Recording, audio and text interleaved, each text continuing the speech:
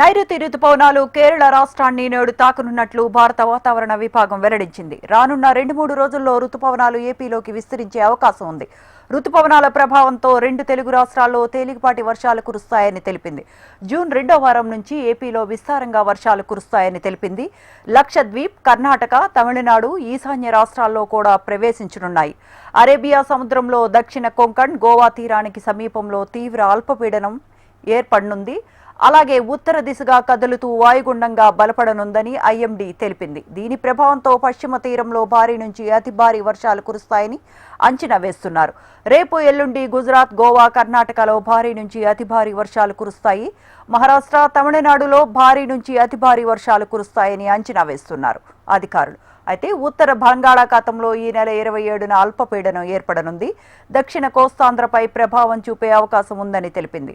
ఈ నెల 27 వరకు మత్స్యకారులు వేటకు వెళ్లవద్దని వాతావరణ శాఖ హెచ్చరికలు జారీ చేసింది. రైట్, ఇదే అంశానికి సంబంధించిన మరిన్ని అప్డేట్స్ మా కరెస్పాండెంట్ అనురాధ ఫోన్ లైన్ లో అందిస్తారు. Anuradha, good morning. 2 తెలుగు రాష్ట్రాల్లో అప్డేట్స్ ఏంటి వాతావరణానికి సంబంధించిన?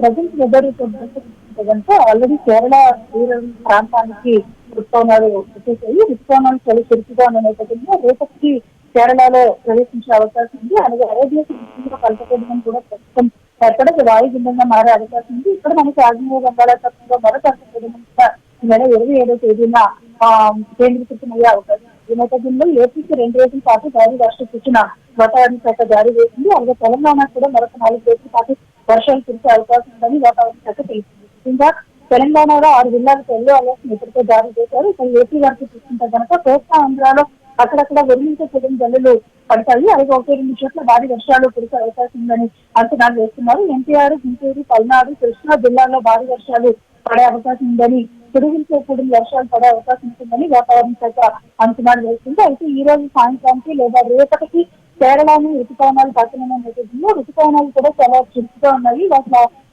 ఆనుకూల పరిస్థితుల్లో అనుకూలమైన వాతావరణం ఉంది కాబట్టి ఋతుపవనాల ప్రభావంతో కూడా మంచి వర్షపాతం ఈ ఏడాది నమోదయ్యే అవకాశం ఉందని అంచనా వేస్తున్నారు. అయితే ప్రస్తుతానికి తెలుగు రాష్ట్రాల్లో మరొక 4 రోజుల పాటు విస్తారంగా వర్షాలు కురిసే అవకాశం ఉంది. ప్రస్తుతం ఏపీలో ఆగ్నేయ బంగాళాఖాతంలో కొనసాగుతున్న ఏదైతే ఆవర్తనం ద్రోణి ఉన్నాయో ఇవన్నీ కూడా ఈ నెల 27వ తేదీ నాటికి అల్పపీడనంగా మారి బలపడితే భారీ వర్షాలు ఇటు ఏపీలో కూడా కురిసే అవకాశం ఉందని వాతావరణ శాఖ తెలియజేసింది.